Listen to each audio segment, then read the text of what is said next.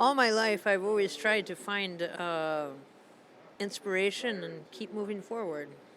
What it means for me is something that draws me to write music or play music, do it in a new way. That's what inspiration does to you, sends you in a new direction. Do you know what drives you while you're inspired?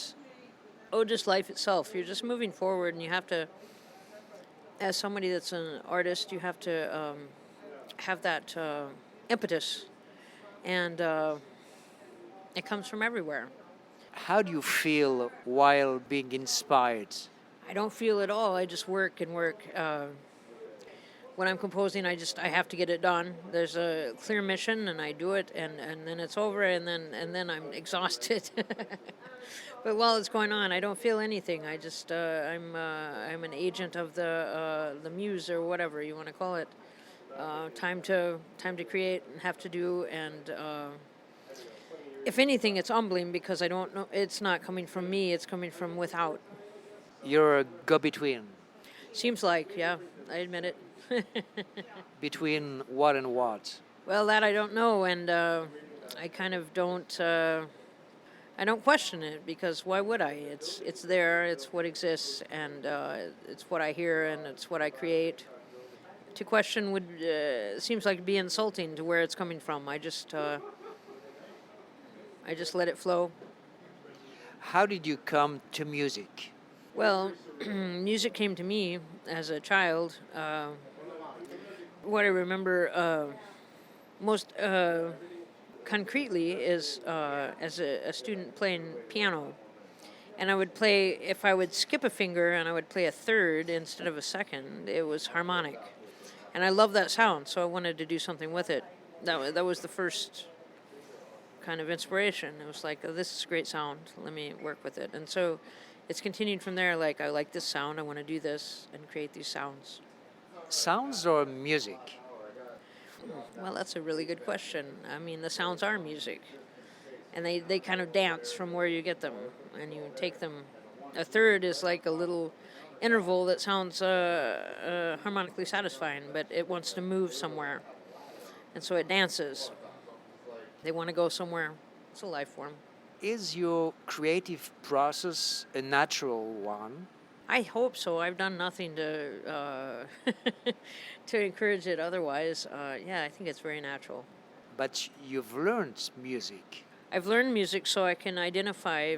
Now I change from a third to a fifth or a seventh chord and identify those sounds that I like and want to move forward with. So it's evolved. It's a living sound. It's kind of like I explain it to students this way. They say it's a little bit harsh, but there's train going by, and you want to jump on the train. But if you're not careful, you get your arm ripped off. You have to go in sync with what's already existing. There's a living force moving, and you want to grab onto it while you can and let go when you need to. Do you have a ritual to compose your music?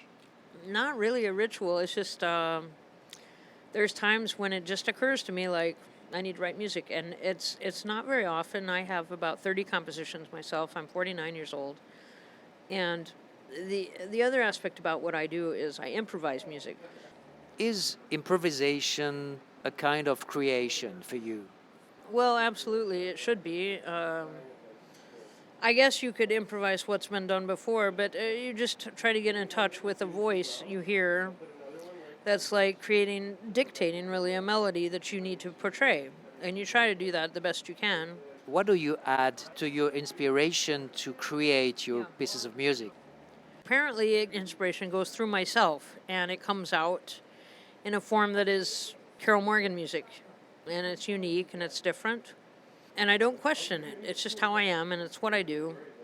And I know that it's unique and it's joyful.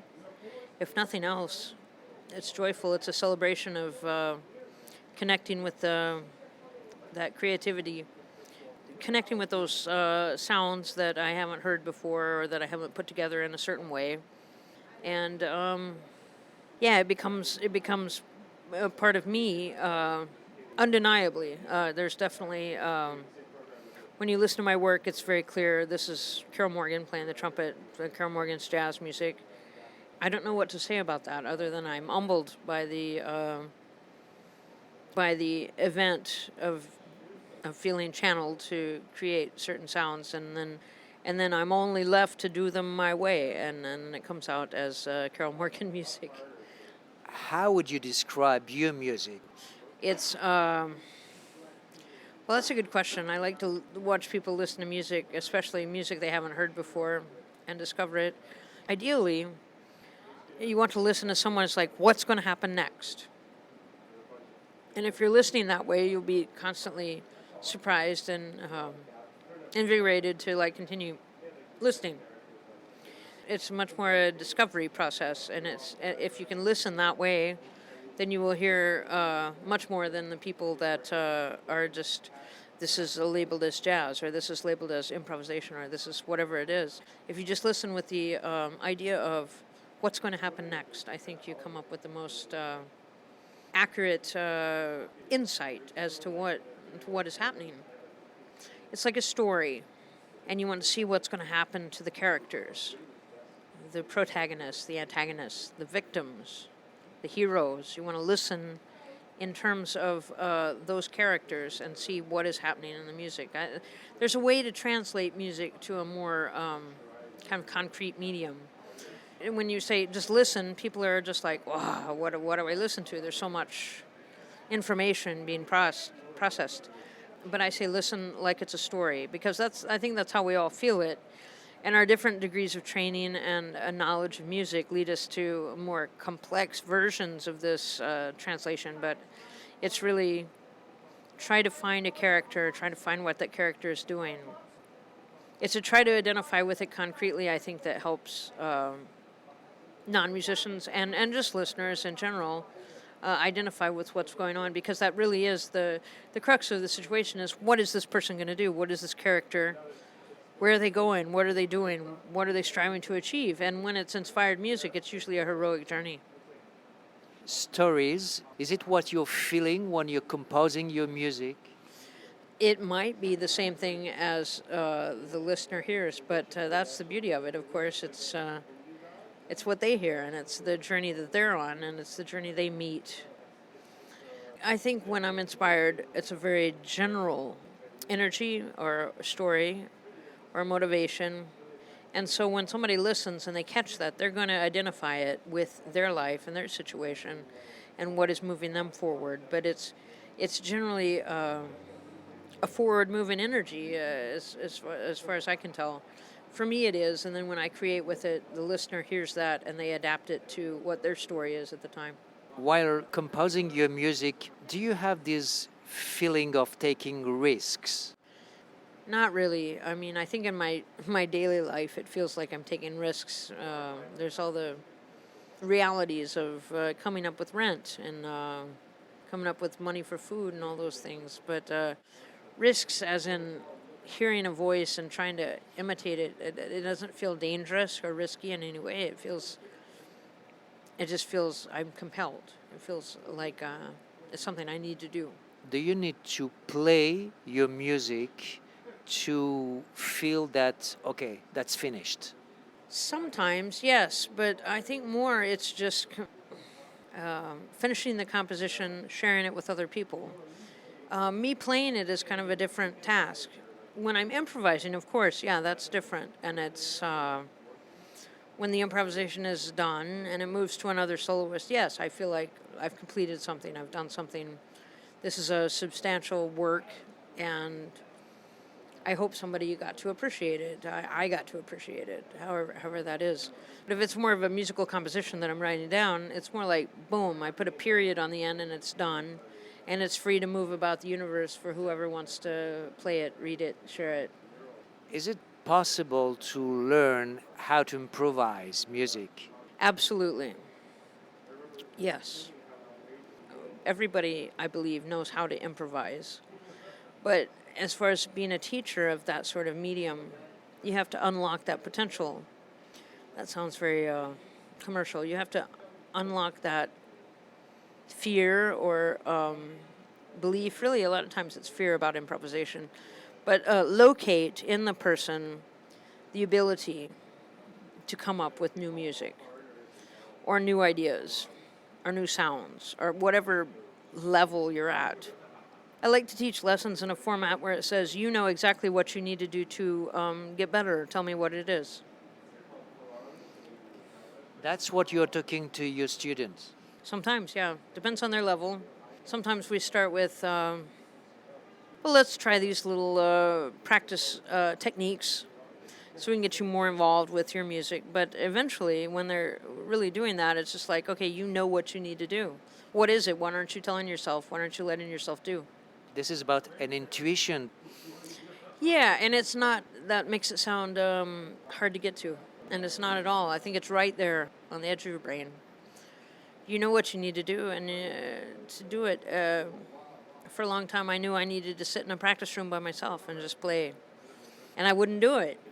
There's a fear, I don't know what it is, of, it's a fear of acknowledging your own fragility. You know, it's like this is an acknowledgement of like something very sacred to me, and here it is, give it to somebody, and then what do you do? Are you going to be okay? And all those kind of things. It's an actual fear of death, you know, eventually, when you're like, if I give what I want to give to this music, will I survive? And on a very limited basis with a student who's just discovering this, am I going to be okay to go home to my family? Am I going to be okay to express what it is I'm feeling most deeply in these sounds? And they realize it is, but at the time you have to come to terms with the reality of life and say, this is what I absolutely passionately feel. Will it kill me to release it? Will my life be over? So music, composing music, playing music is a fantastic tool to better know oneself. Absolutely. I've gone to some meditation seminars, and they're like, wow, when you improvise, it is like meditation. I'm like, yes, it is. I've been doing this all along with just playing my trumpet. It's about being present, and what they say now, a lot of people are into the being or Mindfulness. mindfulness. Thank you. That's what I was coming up with. Mindfulness, when you're in the moment and in the present. That's what it's like to improvise. And it's also like what it's like to compose. You have to be present in the moment and receptive to these ideas. And you're not afraid. It's just an open moment to somehow commit to paper or tape or any way that it can be recorded, these ideas, and put them together. Is there a specific New York spirit for you? Oh, well, it's just high energy. New York, it's just like you're always on the edge. There's an edge in New York. New York's on the edge. And you have to like constantly produce, constantly look, and constantly seek, and constantly move forward. You have to exist in this medium that is improvisation. In New York, all is about improvisation. It is to me. I think for some people they're actually settled and comfortable, but not me. I don't know those people. It's about you're meeting people with different cultural backgrounds, different languages, different thoughts, and it's like, what do we have in common? What can I share with you that's meaningful? And then for me, in music, what's meaningful to all of us to move forward and keep moving? So there's always this edge. I'm going to leave the space for 5-6 minutes. You are going to keep the microphone and please add whatever you want to the interview. Okay. From my life, you're constantly found to improvise. But I want to go back to thinking about creativity and just to express what it's like for me to compose a composition, because I think that's the most tactile version of the creativity. And what happens is I'll be walking along in my daily life, literally. Maybe right now there's a idea of I should compose music. I haven't done that in a while. But literally, it's not happening right now, but it could. And I sit down and at my keyboard and I start coming up with sounds I like. I start coming up with lyrics I like. And from that moment that I start composing, I am driven to finish the composition, and that can last a day, it can last 2 days, not longer than that. But I don't eat, I don't sleep, I just fulfill that vision wherever it's going. It's not a complete vision when it starts, of course. Otherwise, I just write it down and go eat dinner. But I have to kind of follow it through. To me, there's a sacred quality to it. I don't know how else to describe it. Because it is sacred to me. It is very special, very, very important. It is life driving, sustaining. I follow that. I consider myself a vessel. Thank you.